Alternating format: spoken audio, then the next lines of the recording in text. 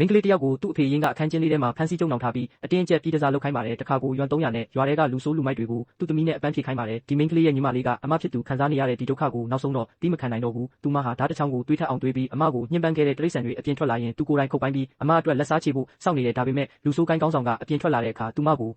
ုလုံးဝမကြောက်ပါဘူးမင်းကတော့ပြတာပဲဓာတ်တလက်နဲ့ဘသူကိုချင်းချောက်နေတာလဲတဲ့ဒါပေမဲ့ तू မသိလိုက်တာက तू ဟာမင်းကလေးကိုမထိလေးစားပြုတဲ့အတွက်အကျိုးဆက်ခံစားရမယ်ဆိုတာပဲယောက်ျားတယောက်ရဲ့အော်တန်ကြားလိုက်ရပြီးနောက်မင်းကလေးဟာအမအတွက်လက်စားချေတဲ့လမ်းကိုစတင်လမ်းလိုက်တဲ့အမဖြစ်သူကဒီအတန်ကြားတော့ညီမလေးတယောက်တည်းစိုးရိမ်လို့သူမရဲ့ခြေထောက်တွေကိုအဖေကကျိုးအောင်ရိုက်ထားပြီးမဲ့အပြူပြီးလိုက်သွားတဲ့ရွာဘေးလမ်းမလေးမှာရောက်တော့ညီမလေးကလူဆိုး2ယောက်ကိုခုတ်လဲထားပြီးတခြားတယောက်ရဲ့ဖမ်းဆီးခြင်းကိုခံနေရတယ်အမကမြင်တာနဲ့အကူအညီပေးဖို့ပြေးသွားတယ်ဒါပေမဲ့ခုတ်ခံထားရတဲ့2ယောက်ကပြန်ထလာပြီးလူဆိုး3ယောက်ဟာတယောက်ကအကူအညီလာတဲ့အမကိုဖိအောက်လို့လိုက်ပြီးကျန်တဲ့2ယောက်ကဓာတ်ကိုကောက်ပြီးညီမလေးကိုတတ်ဖို့ကြိုးစားတဲ့ညီမလေးကကံကြမ္မာကိုလက်ခံလိုက်ပြီးဆိုတဲ့အချိန်မှာသူမရဲ့ဘေးကငယ်ရွယ်စဉ်ကလေးကတီကျွမ်းတဲ့ကောင်လေးတယောက်ကကြားဖြတ်ကင်လိုက်တဲ့လူဆိုး3ယောက်ကသူတို့ထက်တောင်ယူသွတ်တဲ့သူတွေဆိုတာသိလို့ကြောက်လန့်ပြီးအရက်ရက်ပြေးကုန်တဲ့အဖြစ်ပြက်ပြီးမှအမနဲ့ကောင်လေးကသူမကိုခဏထွက်ပြေးနေဖို့အကြံပေးတယ်လူဆိုးတွေကိုစော်ကားမိရင်တေချာပေါက်ဒုက္ခရောက်မှာပဲတဲ့ဒါပေမဲ့ညီမလေးကသူတို့စကားကိုနားမထောင်ပဲဓမ္မကိုပြန်လူယူပြီးအိမ်ကိုပြန်သွားတယ်ဘာလို့လဲဆိုတော့အသေးခံထိုက်ဆုံးကအမကိုရောင်းစားခဲ့တဲ့အဖေကိုယ်တိုင်မို့လို့ပဲဒီတိရစ္ဆာန်အဖေဟာထောက်တနေရာကိုရောက်သွားပြီဆိုတော့မင်းကလေးကိုအမေကဆွဲခန့်လိုက်ပြီးမင်းဒီလောက်ရာတွေထောင်ထဲထည့်ခံရမှာမင်းကိုဖေကိုတောင်တက်ရက်လားလို့မေးလိုက်တယ်မင်းကလေးငယ်ကအမေဖြစ်သူတားနေတာကိုတောင်ဂယုမဆိုင်နိုင်တော့ပဲလက်ထဲကဓာတ်နဲ့အာကုံပစ်ပေါက်လိုက်ပါတယ်ဒါပေမဲ့ကန်ဆိုးစွာနဲ့ပဲရည်ရွယ်ထားတဲ့နေရာထက်1စင်တီမီတာလွဲပြီးတာရဲလိုဖခင်ဖြစ်သူကိုဒဏ်ရာအနေငယ်သာရစေခဲ့ပါတယ်ရဲတွေရောက်လာတဲ့အတွက်သူမမှာဒုတိယအကြိမ်စူးစမ်းခွင့်မရတော့ပဲလူတက်မှုမြောက်စေရန်ကြံစီမှုနဲ့ထောင်ဒဏ်3နှစ်ချမှတ်ခံလိုက်ရပါတ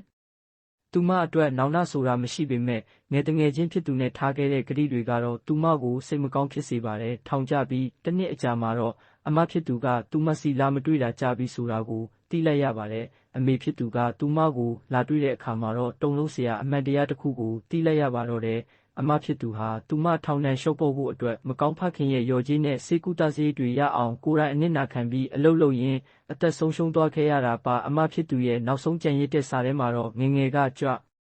ဒီခဲ့ဘူးတဲ့တကြားလုံးခွန်လေးနဲ့အတူညီမဖြစ်သူအပေါ်ထားတဲ့ချစ်ချင်းမေတ္တာတွေကစာသားအဖြစ်ကြံရစ်နေပါတော့တယ်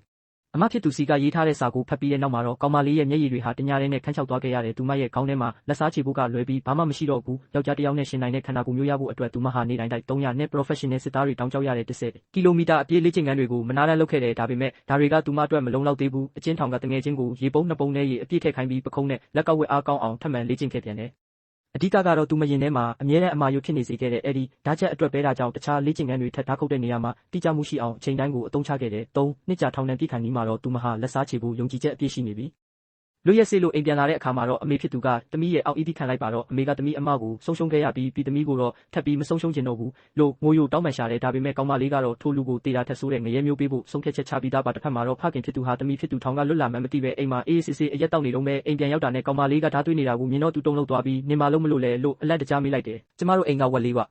ပြပိန်နေတယ်လို့ပဲမနှက်ဖြန်ကြရင်သူတို့အတွက်မျက်သွားရေးပေးမလို့ပါလို့သူမကအေးအေးဆေးဆေးပြန်ဖြေလိုက်တော့မှလူအိုကြီးလဲအကြောက်ပြေသွားပြီးအရက်ကိုဆက်တောက်နေတော့တယ်ဒါပေမဲ့ခဏအကြာမှာတော့အေးဆက်နေတဲ့ဓာတ်သွားဟာသူ့လေပင်ပေါ်ရောက်လာခဲ့ပြီးလူတက်ရင်ထောင်ကျတတ်တဲ့နော်သမီးအဖေပါဘာတွေပြောနေတာလဲမနှက်ဖြန်မျက်ရည်ရင်ဓာတ်ကမပြတ်မှာဆိုလို့အဖေကိုဓာတ်သွေးကောင်းမကောင်းစစ်ခိုင်းမလို့ပါလို့ပြောရင်းသူမကအပြင်ကိုထွက်သွားတဲ့လူအိုကြီးလဲတက်ပြင်းချနိုင်တော့ရှိတဲ့မင်းအမတေသွားတာကသူ့ကန်နဲ့သူပါလို့လမ်းပြောလိုက်တဲ့ဒီစကားကလူအိုကြီးအတွက်တေမိန်ကိုစောစောကြီးညာလိုက်တယ်လို့ပါပဲဒါပေမဲ့ကောင်မလေးကသူ့ကိုအသက်မတေစေခဲ့ဘူး3နှစ်တုန်းကကျမကိုခုတ်ခဲ့တဲ့ဒဏ်ရာအတွက်အခုပြန်ပေးဆက်ရမယ်ဆိုပြီးခုတ်ချလိုက်တော့တယ်လူအိုကြီးလဲနာကျင်လွန်းလို့အော်ဟစ်ရင်းကောင်မလေးကိုပြန်တက်ဖို့ကြိုးစားပေမဲ့အမေဖြစ်သူကသူ့လက်ကိုခြေထောက်နဲ့အားရပါရနင်းထားလိုက်တဲ့အမေဖြစ်သူကလည်းတင်းခံထားသမျှပောက်ကွဲထွက်လာပြီးရှင်ကျမသမီးတယောက်ကိုတက်ခဲ့ပြီးနောက်ထပ်တယောက်ကိုတော့အထီးခိုက်မခံနိုင်တော့ဘူးရှင်ထပ်ပြီးလက်ဖျားနဲ့တောင်လို့ကြည့်ရဲရင်ရှင်ကိုကျမကိုယ်တိုင်တက်ပြစ်မယ်လို့ဟိန်းဟောက်လိုက်တဲ့ကောင်မလေးကလူအိုကြီးကိုချုပ်ထားနိုင်ပြီဆိုတာနဲ့အရက်ပုံးကိုယူပြီးအိမ်ထဲကထင်းပုံတွေပေါ်လောင်းချလိုက်တဲ့ဒီလူရုပ်မာရှိသမျှအရာအလုံးကိုပြာကျစေချအင်တာသူမမီးချစ်လိုက်တဲ့အချိန်မှာလူအိုကြီးကငါဒီနေ့မသေးရင်တော့နေငါ့ကိုဒဏ်ရာရအောင်လုပ်တာရောအိမ်ကိုမီးရှို့တာရောအတွက်နေတစ်သက်လုံးထောင်ထဲမှာပုတ်ရစေရမယ်လို့ချင်းချောက်ပြန်တယ်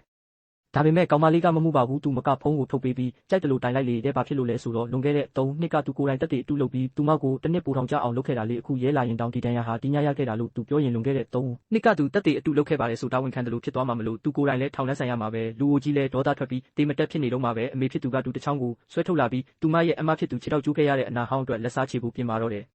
မျိုးမေရဲ့ခြေထောက်ကိုရှင်းလက်နဲ့ရိုက်ကျိုးခဲ့တာလေးရှင်းစကားနားထောင်ခဲ့ကြတယ်ကျမသမီးလေးတွေမှာတယောက်ကတယောက်ကထောင်ကြကျမကတော့ရင်ကွဲနာကြခဲ့ရတဲ့အခုတော့ရှင်တို့ကိုတက်ပြစ်မယ်မင်းတို့ငါ့ကိုတက်မလို့လားတေးခွင့်ပေးမယ်ထင်နေလားရှင်ကိုတေးတာထက်ဆိုးတဲ့ဒုက္ခမျိုးပေးမှာအမေဖဲလိုက်သမီးမှာအားရှိတယ်သမီးပဲလောက်ပါရစေထို့နောက်မှာတော့လူရုပ်မှာတယောက်ရဲ့အော်ဟစ်တန်တွေဟာကောင်းကင်ရဲ့အထိပြန့်လွင့်သွားပါတော့တယ်